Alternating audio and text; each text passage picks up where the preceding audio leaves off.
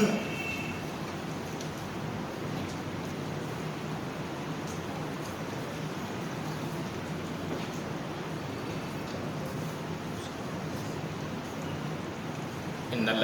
الحمد لله نحمده ونشكره ونستعينه ونستهديه ونستغفره ونعوذ بالله من شرور أنفسنا ومن سيئات أعمالنا من يهده الله فلا مضل له ومن يضلل فلا هادي له وأشهد أن لا إله إلا الله وحده لا شريك له وأشهد أن محمدا عبد الله ورسوله أما بعد فإن أصدق الحديث كتاب الله وخير الهدى هدي محمد صلى الله عليه وسلم وشر الأمور محدثاتها وكل محدثة بدعة وكل بدعة ضلالة وكل ضلالة في النار. أما بعد, my brothers and sisters, indeed I enjoin upon you and upon myself the fear of Allah Tabaraka wa Ta'ala. My brothers and sisters, indeed, to this sermon, what we will be drawing our attention to is the need for each and every one of us to try as much as one can within one's means to change some of the negative things around us. As Muslims, Allah Tabaraka wa Ta'ala made us to understand that each and every one of us will be judged by his own deed. You are accountable for your deed. You are not responsible for anyone's deed. You won't be held accountable for anyone's deed. You are only responsible for your own deed. You will be judged by your own deed, or your own actions, or your lifestyle. Because Allah Tabaraka wa Ta'ala, as we keep reminding ourselves, at various occasions, that Allah said in the verse of the Quran that وَلَا تَزِرُ وَازِرَةٌ وِزْرَ أُخْرَى. No soul or no person bears the burden of another person. That is, no soul bears the burden of another soul. And that nothing is for anyone. وَأَنْ لَيْسَ لِلْإِنسَانِ. Nothing is for man, or nothing is for anybody, except what? إِلَّا مَا سَعَى. Except what he does. Except what he does. That is, except the work he did. Except what he is responsible for. وَأَنَّ سَعْيَهُ. And certainly it is his deed, سَوْفَ يُرَى, that he will what? Be shown, that will be presented to him. And then ثُمَّ يُجْزَاهُ الْجَزَاءَ الْأَوْفَى. And he is going to be what? Rewarded in accordance.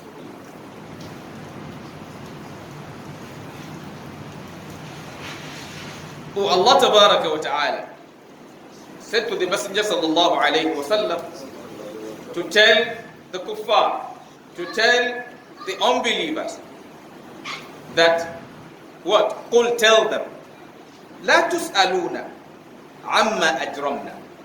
You will not be questioned pertaining to our own crime, pertaining to whatever sin we commit. It is just to show the humbleness of Islam. The righteous one, he will do good deed. And the unrighteous one will do what?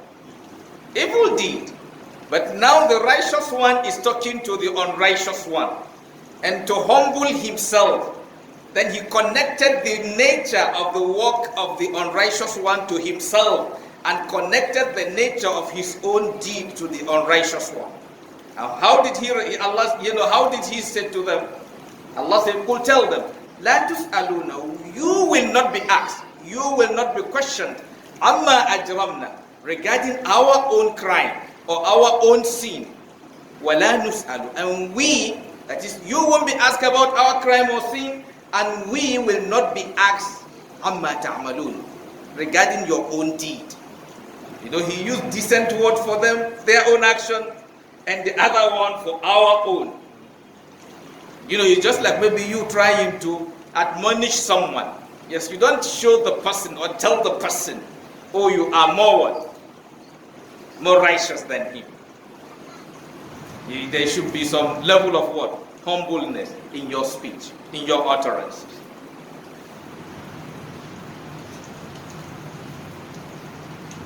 So my brothers and sisters, indeed, you see, complaining, that is, complaint alone will not solve our problem, which is the common thing all of us are doing. Everybody is complaining. Everybody is having an excuse, and no one is feeling responsible. We cannot change the state of our nation if each and every one of us did not begin to check where he or she is wrong. Everybody has his own part of the effort. And like I do say to us, I want us to focus today on one thing. That is, most of us, you will discover that our intention for going into whatever we do are wrong. And the moment your reason or your intention for anything is wrong, then the tendency for that thing to yield a positive result is difficult.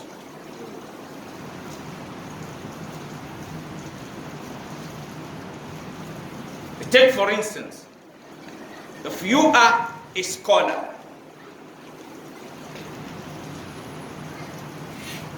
and as a scholar, if your intention for what you tell the people, if your intention for what you teach the people, if the intention is wrong, then you will mislead the people. If your intention is right, you will guide the people right, inshallah.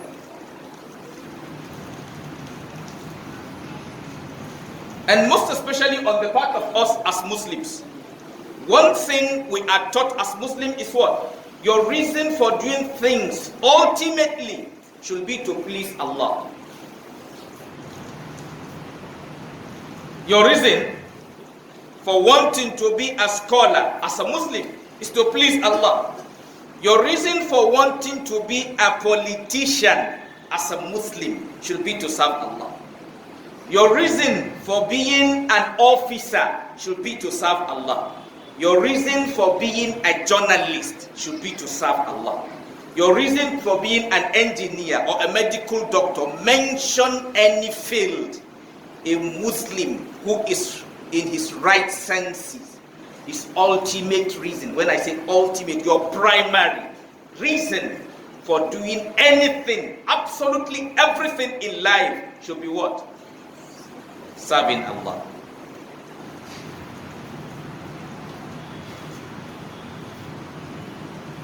Because anything, like I do say to us from time to time, the most successful thing in life is what is built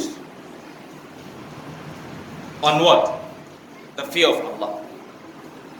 Then the next level of success comes to what is built on humanity. And the last level is what is built on selfishness. Yes, when you are talking of level of success of things, the most successful thing in life is anything, it doesn't matter. Whether it is business, whether it is deen, whether it is anything built on Allah is the most successful. Then the second most successful thing is something built on humanity. And the last one, last level, is what you do, what you build just for your own sake. It's just like the state we are today. No bandit, no armed robber will want someone else to rob him. No armed robber will want anyone to rob him. But because he narrowed his thinking to himself when he is going for robbery so he can commit the robbery, because he feels he is benefiting from it, so he doesn't care about the wider consequences, negative consequences on the society. Just like the kidnapper, he narrowed the result of what he's doing to himself alone. And that is why he doesn't care kidnapping anybody. Because when he finished the kidnapping, he will make money. That's about himself. But if he view it from humanity angle, that yes, he wants to have a peaceful community, he will avoid kidnapping. Not because he cannot kidnap, but because he doesn't want his community to suffer. So also you as a Muslim, if you build your reason for anything on Allah, you always remember that whether anyone sees you or no one sees you, Allah is seeing you. So it will make you to avoid certain things, not because you don't have the power, not because you don't have the opportunity, because you believe someone is documenting everything you do.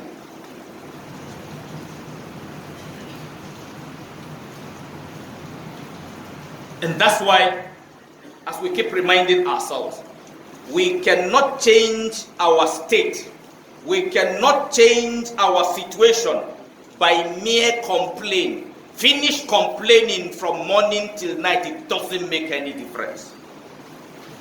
Because everybody is complaining. Go outside now and see, everybody is complaining. The poor is complaining, the rich is complaining. The one in power is complaining, the one outside power is complaining. Nobody is not complaining. And nobody is not telling you who is responsible for what is happening. But we need to be sincere with ourselves. That yes, let's shift from the perspective of looking for who to blame and begin to blame ourselves. Let's shift from the perspective of expecting someone else to change our state to changing our state by ourselves.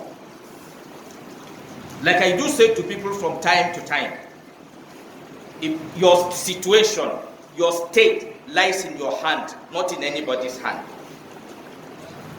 If you are sad, you make yourself sad. If you are happy, you make yourself happy.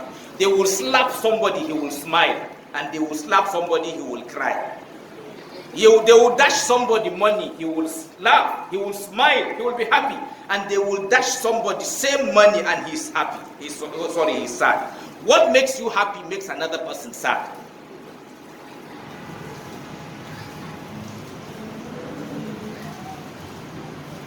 So generally, nothing necessarily means anything.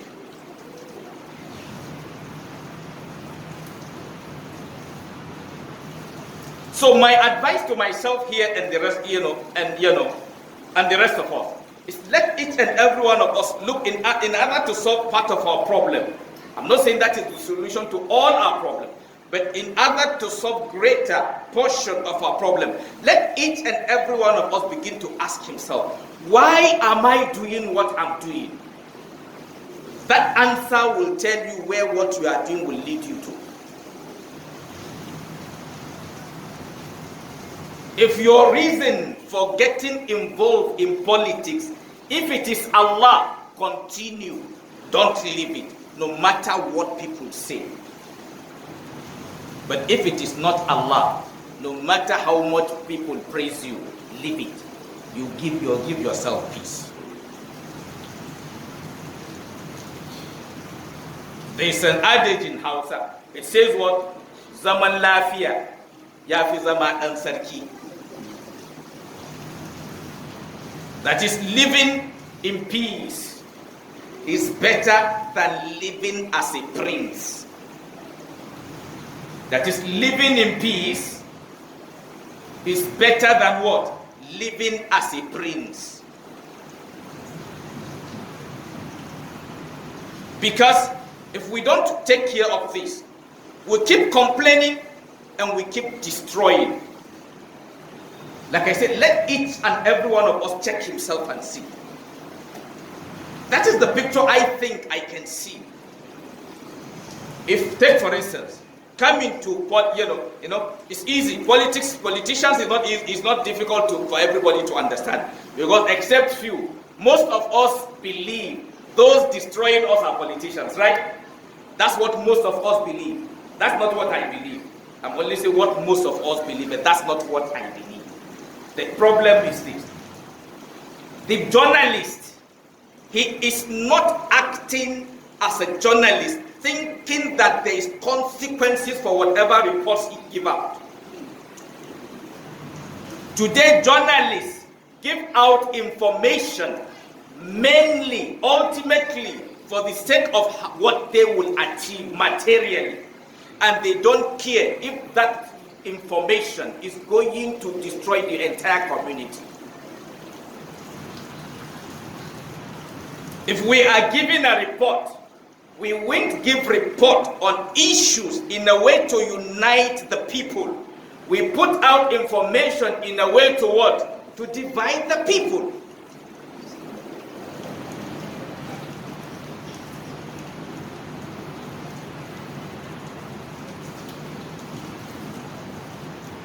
Sometimes, like the pattern of reporting some crime sometimes, when you say Igbo armed robber, or when you say Fulani armed robber, or when you say Hausa armed robber, or Fulani armed robber, it sends a message. It sends a message. Instead of you focusing on the crime, you have also given the information on tribal line. So instead of the people from that person's section to join hand with the people from the other section to fight the person, then the feeling that is the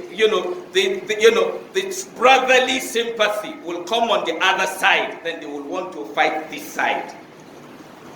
They will begin, everybody want to defend his own.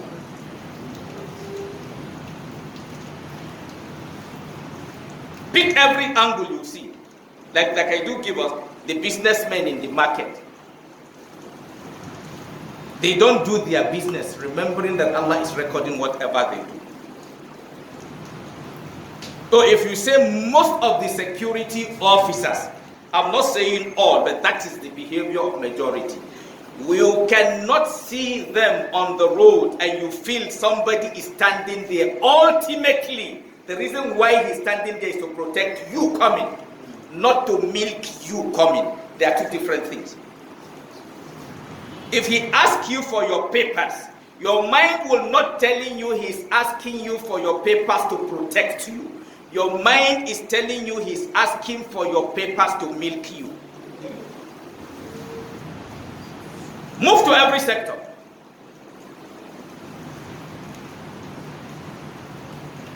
And when I say security officer, so don't, virtually all, I'm not separating. Whether you mention police, you mention immigration, you mention custom, you mention what, all. Why? Because all of us, except few saved by Allah, our ultimate reason for being wherever we are, or why we want to do what we are doing, is to make money. The way the politician's ultimate goal is to make money, that's also the ultimate goal of the security officer. That is also the ultimate goal of the businessman. That is also the ultimate goal of the journalist. That is the ultimate goal of a father or a mother, or in most of our relations. Like now, if somebody is raising his child, he's thinking that he's raising somebody that when he is old, the person will come and build house for him, or the person will buy car for him, or he's like his ATM machine, he's preparing his ATM machine. Wrong thinking. Raise your children because you are discharging the obligation put upon you by Allah. Whether the child build house for you, you don't build house for you, the person you put your hope in, not the child, it is your maker. That is Allah. Discharge your own obligation. Why are you even waiting for the child to come and build house for you? Why are you waiting for the child to build house for you? If he cannot build, Because you give birth to a child does not mean he must be a rich man. Allah can enrich him in another angle, not in money. So you see, like the pressure some of our children are getting today. Yes, we complain of Yahoo boys. Some of us parents turn them to Yahoo boys too, because you told him it is your ATM machine you are preparing. So he will look for a way to become the ATM machine for you. And after you are blaming him. And how you will know parents are involved, you have the case of a mother, like the one we give example, taking her child to a ritualist and agreeing with her child, the senior one, to use the junior one for money ritual. Yes. Because even as parents today, just the way politician is struggling for money, you too, you are also preparing your ATM machine. So you want the ATM machine to be as good as you expected, so that any amount you want to withdraw. I mean, so the ATM machine shouldn't be empty. Allah Ashanu. So my brothers and sisters, indeed. So if my advice to all of us, myself and each and every one of us, we need to change our thinking. Let us put Allah first in whatever we do. Yes, that doesn't mean we will not have shortcomings. That is human nature. Like I do tell us, nobody is 100% clean. That's human nature. So the righteous ones among us are those that their damage, the effect of their damage is negligible. That's all. So if you want to be righteous and you do your things for Allah's sake, you may have some little shortcomings. Those shortcomings will not damage the society. But why our shortcomings are damaging the society? Because ultimately our reason for whatever we are doing is not Allah. So it makes the evil we commit is more than the good in us. That's just the reason. If it is Allah that becomes your ultimate goal, your good will be more than your evil. But if it is not Allah that is your ultimate goal, your evil will be more than your good. That's why even in this world we have Hizbullah and Hizbul Shaitan. The army of Allah and the army of who? Of Shaitan. You are in one of the groups. So how you will know? Like I said, do not think your profession has nothing to do with your ibadah. That's why I do tell us, wallahi, some police officers will enter Jannah before some imams enter. Through his uniform. So don't think it is just, that guarantees you because he is imam, he is better than the police officer on the road. If you have a police officer on the road who feels that the reason why he joins the force is to serve Allah through serving humanity, that is, he's serving Allah by serving humanity, Allah will give him Jannah. Just the way a lady gave water to a dog, Allah gave her Jannah. So if he is saving life, protecting life, making the people safe, wallahi, that policeman will enter Jannah before some imams. Just because we have some imams that the reason why anywhere they come, what is paramount to them is what the money they will make. Yeah. So there is mistake in everywhere. There's problem in anywhere. Don't think we are saying there is a particular area that, there is no problem inside. So both myself and I and you, there's one thing Allah blessed us with. If you have bad intention today, yes, you don't need to remove your uniform or stop what you are doing. Change your intention. Allah will change your path. So we want to change our situation. Then we need to now, first of all, change our goal. What is your goal? What is your primary goal in what you do? If it is Allah, go ahead. Allah will protect you. Allah will save you. Allah will forgive you your shortcomings. But if it is not Allah, then retrace your step. Change your direction and go into what can help you in this life and in the hereafter. أقول ما تسمعون واستغفر الله العظيم الجليل لي ولكم ولسائر المسلمين من كل ذنب وخطأ غفور رحيم.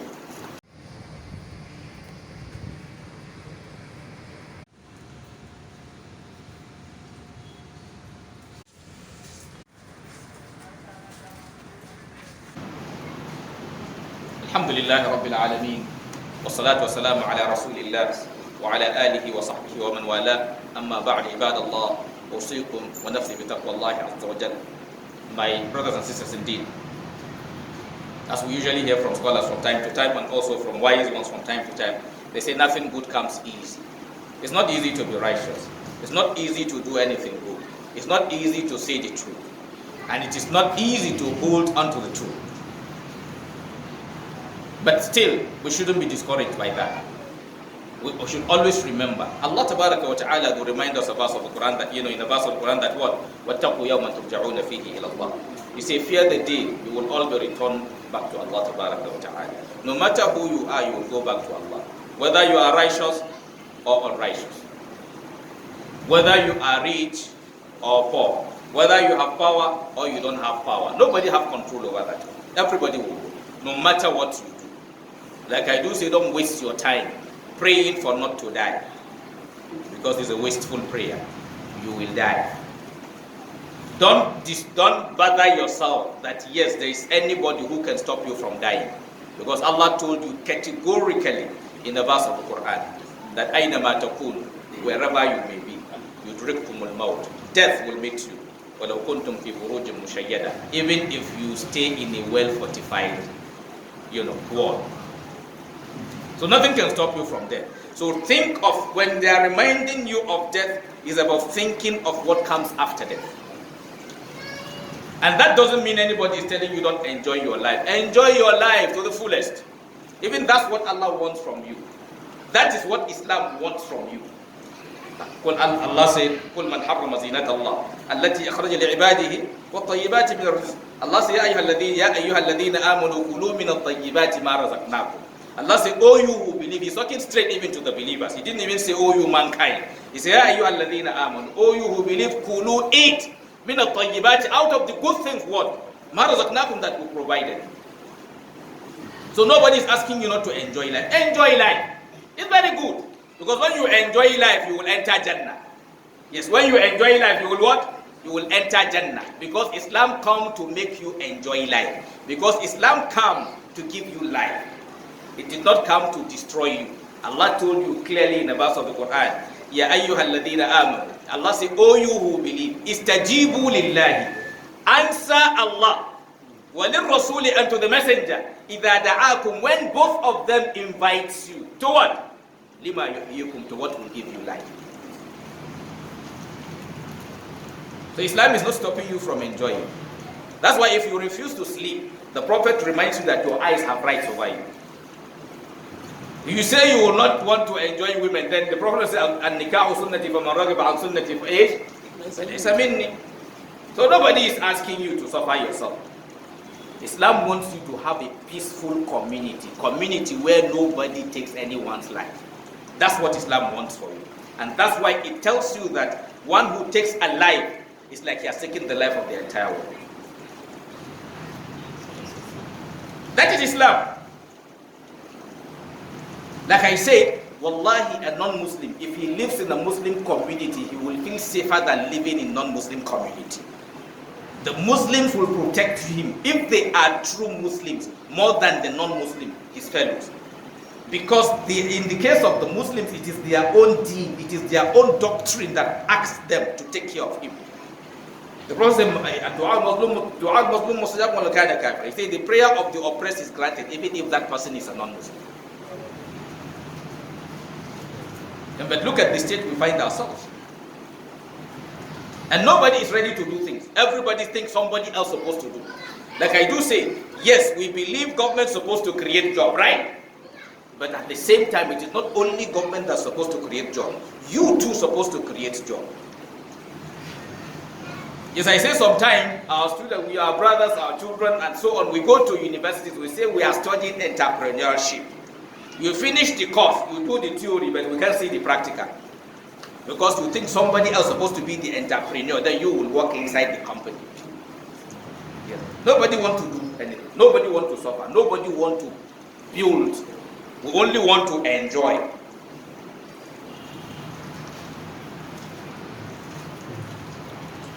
Life doesn't go that way. May Allah Ta'ala guide us. So may Allah make us people that any environment we live, we avoid harming people and we discourage harming others. And then we need to take our responsibilities. You must know that yes, everybody is judged by his action. You complaining, ask yourself, what have I done? You ask yourself. Don't blame somebody first before asking yourself what you have done. If you have done nothing, then you have no justification to blame anybody. If you have not done anything, If in your community you can sponsor one child to school and you did not sponsor a single child in your community, then you have no moral justification to blame your government.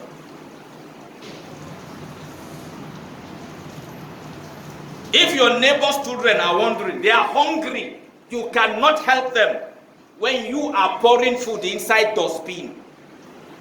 Remember, Allah will ask you. Even if he's a non-Muslim. And that is what is common among all of us. That's what is common. Yes, we feel somebody else should do. I am not asking myself, what have I done? Yes, you cannot send you can send that child to private school, like I do say. Send the child to public school. That's what you can. We want better future. And like I said, come to children. But we are destroying those who will become the leaders of tomorrow.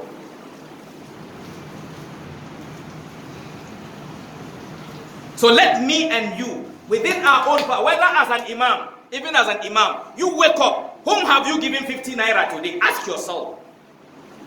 Whom have you given 50 naira? The Prophet told you, save yourself from hell, even if it is with what? Half of a date. You ask yourself, today, have you given anybody, are you able to share your breakfast? You know, people are hungry outside. Yes, people are suffering. That's why I say we are only complaining. You are saying people are suffering. Yes, that is the truth. But what are you doing to remove the suffering? Yes, in your house you cooked. You ate what you like. Children of your neighbors are wandering around. You don't care. It shows how heartless you are. It shows the day you become the governor, you are still going to do the same thing others are doing. You are complaining. You are not going to do something different. The day you become the chairman is the same thing. So don't only look at others. You ask yourself, like I said, we need to change our ways of thinking, our ways of handling things. Let us begin to solve problems. Allah will only ask you about what you have power. Allah won't ask you about what you don't have power. So let me and you now, both me talking. Now, if you know you have neighbors, ask yourself, how are you thinking of helping? Don't wait until they come to you. Don't wait until they come.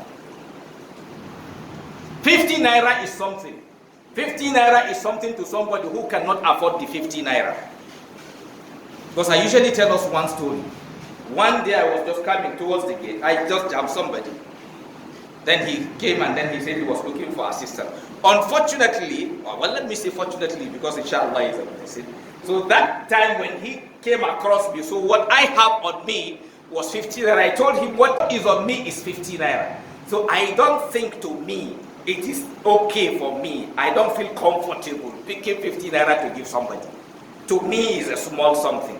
It's like a disrespect for me to give somebody, but that is the truth. But I don't have any cash to give. This is what, just I can say, okay, it's on me. He said I should what? Bring it. So you see, to me, he said I judge it from my own angle. But from his own angle is something. He asked me to bring it. So may Allah make it easy for us. So please, my appeal to all of us, because it's painful when we see what is happening outside. And like I said, let us stop blaming and begin to work. Do the little you can. Allah will open more doors for you.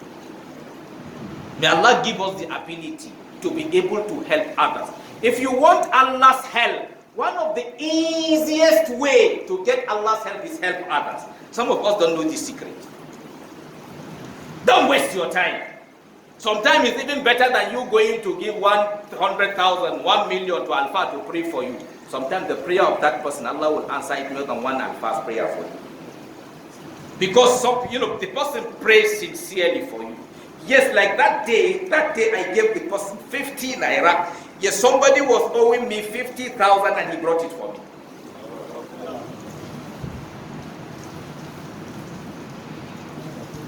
You see that coincidence? Yes. He collected the 50. Yes, I got also. Yeah. You don't know why. Maybe my mind is not there. Okay, maybe when the person collected, he prayed. Oh, may Allah bless you. That may Allah bless you, not until somebody sit there and finish Quran for you. That is not, what makes Allah to sincerely answer anyone's prayer is the sincerity inside. Prayer done for you in 5 minutes can still give you what a prayer done for you in 1 hour. It can. So don't bother yourself. So even if you check the Prophet's dua, none of his own dua is taking hours. So it's the sincerity in that matters. So may Allah Ta'ala guide us right and save our nation. May Allah Ta'ala, those who have evil mind in their activities, may Allah save them from it. And those who have good mind, may Allah Ta'ala continue to strengthen them. Our leaders, may Allah Ta'ala guide them and forgive them their shortcomings.